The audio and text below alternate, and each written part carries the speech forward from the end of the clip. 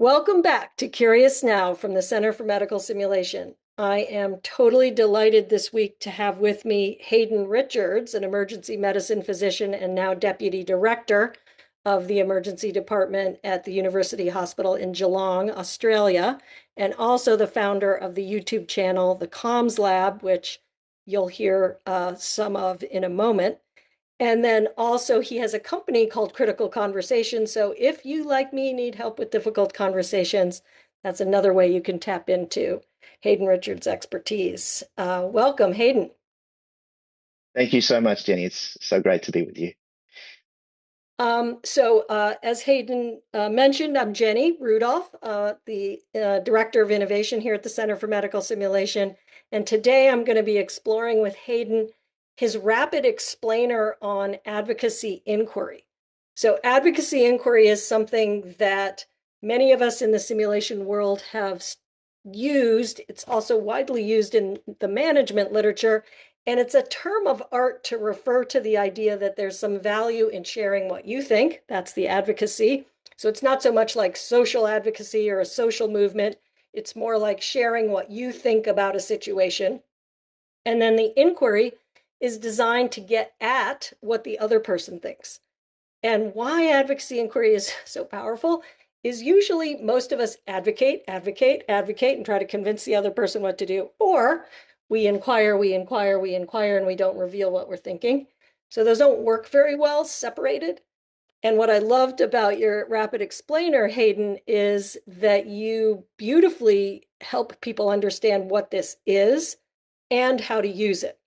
And one of the unique things you did in your rapid explainer is you gave us some very concrete examples of how to use advocacy inquiry in real life. And one of them was an example of exploring positive performance with a, I think, registrar you might have been working with, which we call a resident in the United hmm States.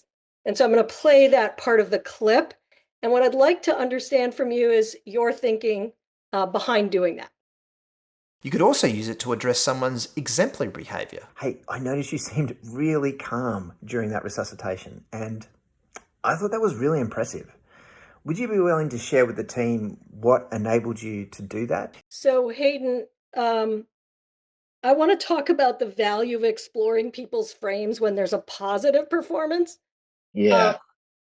I saw you use it that way in that clip that we just listened to. And it's so very rare for people to do that. I think they rarely see any value in it, but clearly you Mm. did. So why? Mm. Tell me about, why you think that works there. I think a lot of us operate from a place of unconscious competence a lot of the time, and we see our colleagues operate from that place as well. Um, and I think there is value in bringing that competence into consciousness. And I think there's value both for the person who's performed there. I think for the person who's performed, it's valuable for them to reflect, to reinforce that behavior, to understand for themselves what might have been driving that. So they have, the opportunity to, as I said, reinforce it and potentially repeat that in the future. I think it also introduces options because even though there's one exemplary or one great way of responding to that situation, it generates the opportunity to still explore options as well because there's more than one way to skin a cat, as you say. Um, the other really valuable thing is that it gives anyone else who's in that circle at the time the opportunity to see what was under the bonnet when that person was operating. And, it's really, I think we all have that feeling of looking up to someone and seeing that person operate at such a high level and just thinking, wow, that they are amazing. Or even thoughts like, I don't think I could ever do that. But then to lift the bonnet and to actually understand what was going on for that person at that time, what were their frames, what was driving that behavior, makes it more accessible for the rest of us to then be able to generate that behavior in ourselves. So I think that's two kind of sides of Mm. value that I see in having that kind of using advocacy inquiry in that way. So what I want to move on to next, Hayden, is the higher stakes challenge of sharing a good judgment statement. And I'm promoting this term that you've invented that I love, which is in many ways the most socially abnormal and most difficult Mm, part of advocacy inquiry for most people. And so I'm just going to break that down for a moment. mm, You also break it down beautifully in your rapid explainer, but in advocacy inquiry, we often share something we saw somebody do, and that's usually pretty mm, objective, not mm, that controversial. So mm. in the fun example we'll get to in a second, your dog has peed on the floor. And Yeah. the with good judgment statement, or the good judgment statement generally is your thoughts about the person's action. And Mm, why I think that's generally hard for people is it often includes a critical insight, and people worry that the person listening is going to feel insulted or hurt or whatever. mm, So in your examples, one of the things you do beautifully is you include sometimes the impact of the action, like when you did X, Y happened, which I yeah. happen to think is a very good judgment statement because it reveals something the listener might have missed. And again, it's fairly objective, like X action led to Y result. I think a lot of what you have explained so beautifully, whether it's you know, negotiation or communicating across difference, um, does rely on our ability to know what we're thinking and feeling and to manage those thoughts and feelings in a way that doesn't sick them upon other people. And Mm, so my interest in things like understanding my own judgments or understanding my own emotions behind my judgments or understanding what is the rule or standard that's guiding me is that I want to be able to be curious and connect with other people while also driving forward a leadership goal that I think is important or help other people identify their leadership goals. So I see them as complements. So mindsets and skills go together, I think. Emotional states and skills go together.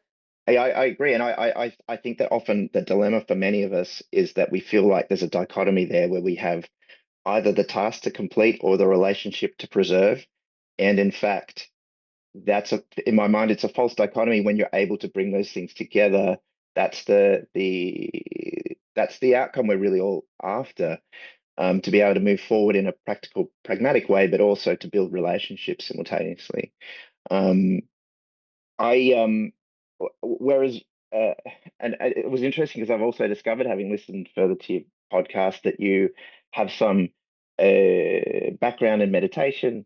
It sounds like you spent some time in India as a young person, and that's been a very significant part of my life, and something.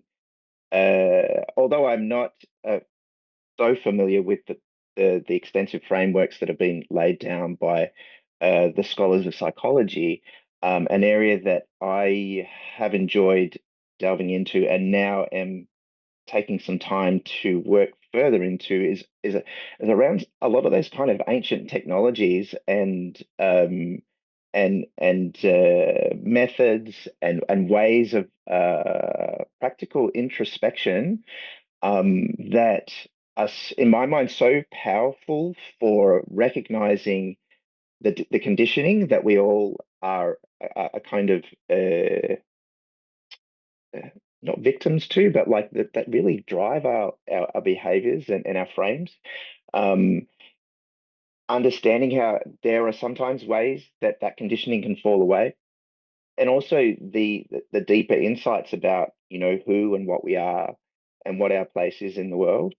And so that's something that's the itch I feel like I'm having to scratch at the moment, and where I feel like life is driving me at the moment. And so that's where I'm really devoting a lot more of my time, and that's a very personal endeavor for me right now. And I might emerge from that in a way that brings me back to um wanting to share that and help other people through that process as well. But I feel like I've got a bit more work to do for myself, and that's where I really want to. That's where I'm finding myself spending a lot of time right now. Hmm. Um, So Hayden, I want to absolutely respect your privacy if you wish to maintain it. And at the same yeah, time, of course, I'm very curious yeah, about what that might all mean for you. And um, maybe I can just also share a little from my side so mm, that we have some parity or symmetry in disclosure. I have been really interested for a very long time in um, what's going on with people when they, for example, hide their judgment. So, I think the whole with good judgment approach comes from a place that my therapist used to like to tease me. And she says, "Hey, Jenny, research is me search." Um, I've said that before on this podcast, but yeah, the fact that I lose my mind if somebody is withholding something that they're thinking and they're trying to unilaterally shape the context in which I am also operating. mm, Of course, the fact that I'm so reactive about that and so allergic to that means that I have something, that doesn't yeah, feel quite right internally or historically has bothered me, whether it's about power or control or connection. That's a journey I'm still exploring. yeah, Um, but I think, you know, your work, that we want to talk about today, for example, sharing a quote unquote good judgment statement, which, by the way, I love that term. And I'm thinking, oh gosh, I can't believe I didn't think of that myself. And I hope you don't mind if I start using it. Oh gosh, I'm just glad that I haven't caused offense by No, generating a new au contraire. learning a new phrase. James and I were discussing it. James, the producer, and I were discussing it earlier this week. We were like, wow, why did we think of that?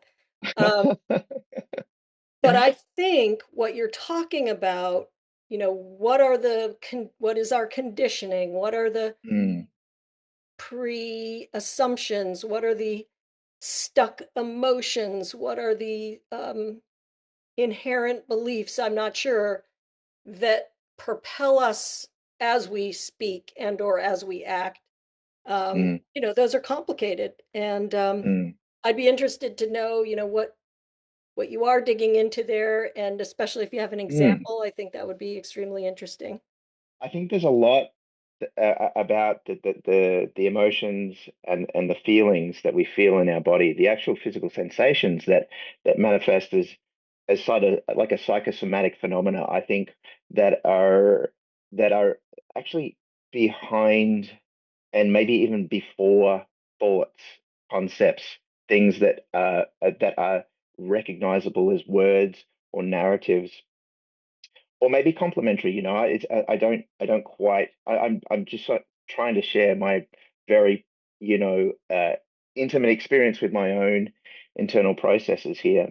Something that I feel like I've discovered or continue to be confronted with actually is that the difficult feelings that we feel are the things that drive us in many ways, and our innate desire to avoid those feelings. And I certainly have been privileged with being able to spend some time in a space recently where I was supported to feel some very difficult feelings.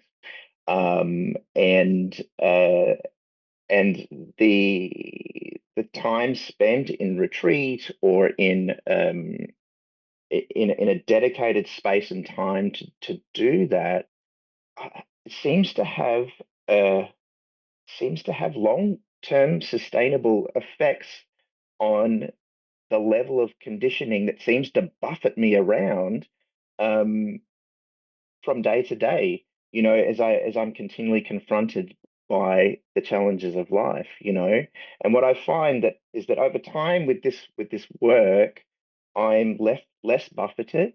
I'm able to spend more time in a place of genuine openness and curiosity and compassion, um, and that that is that is the the most worthwhile project I've ever embarked on and continue to push forward in. Um, the challenge is describing it as you can probably tell. It feels like you're working with something that happens before words, before concepts, and sits behind them. So I hope I've done a good enough job of giving you an idea of what that's been like for me. Mhm. I can't make assumptions about what it's like for others. Um, but that's what it's been like for me, and it's been an incredibly useful project, both on a practical level and just like on an everyday, I feel good kind of level, you know?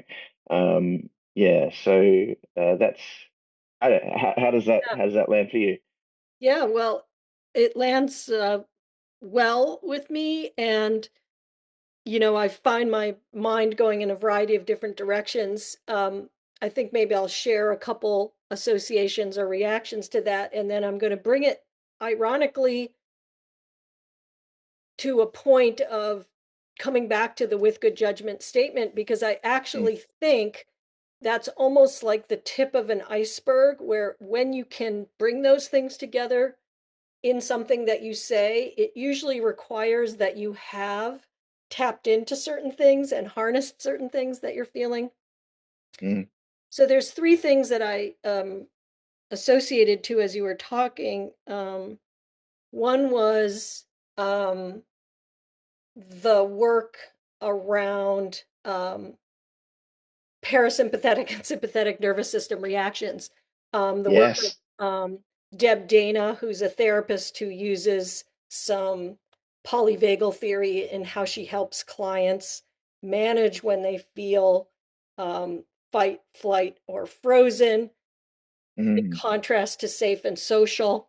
And she hmm has this really powerful language of glitches and glimmers, which is, as you come to recognize what are the glitches that propel you into your sympathetic nervous system response of fight, flight, or freeze, even if it's mild, versus the glimmers that tip you into um, feeling safe and social and connected. And, you know, part of my passion around the with good judgment approach is, I think, managing that intense tension between things that, when you're striving or you want to accomplish something or someone else wants to accomplish something, and they say something that accidentally threatens you or purposely threatens you, um, mm, and your brain constricts, you have a reaction hmm called the hmm threat rigidity Yeah, response, all that.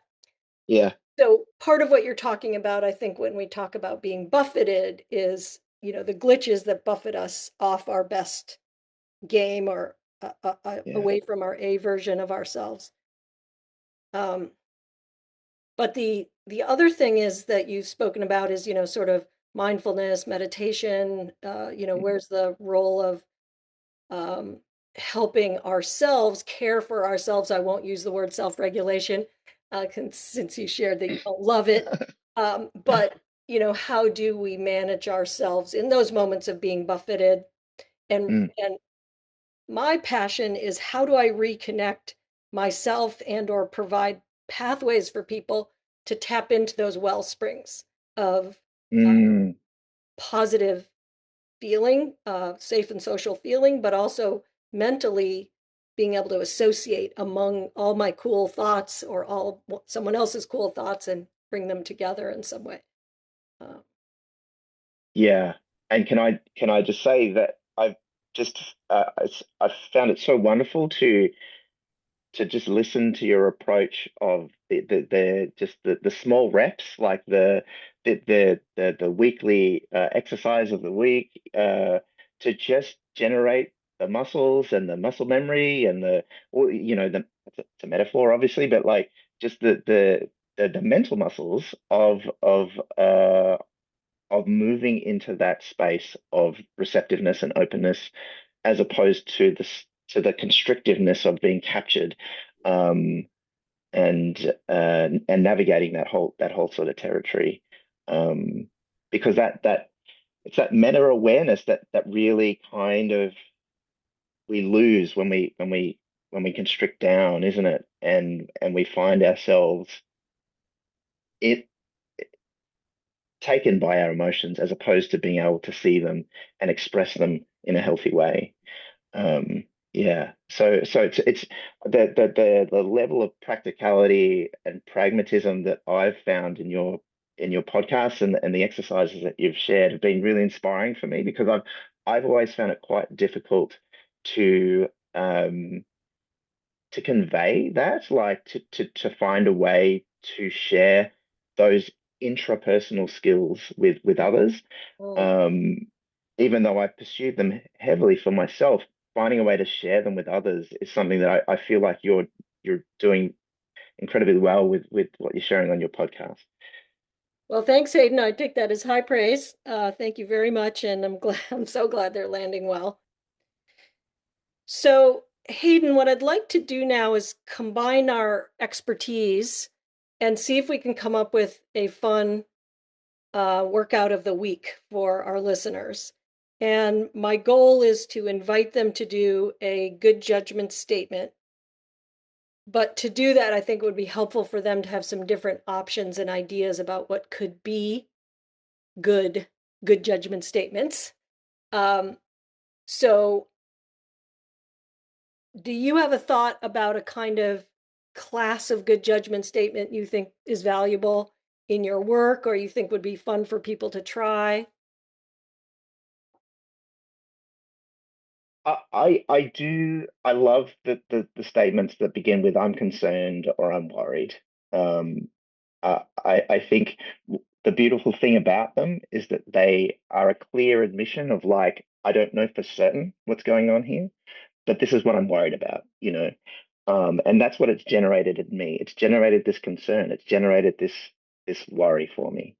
Um, so I saw you do that, and I'm worried that um, you know, I'm worried that if that had happened in a different circumstance, it could have led to a really terrible outcome or something like that, you know. Yeah. So the workout of the week that we'd like you to try is constructing a good judgment statement. Mm. Give that a try as a workout of the week, constructing what Hayden Richards calls a good judgment statement.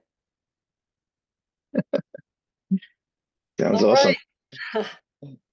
So, Hayden Richards, I want to just thank you so much for joining us. I didn't get to say this enough at the beginning, so I'm going to say it now. I've been a fan of your explainers for many years. I love the humor you bring to it.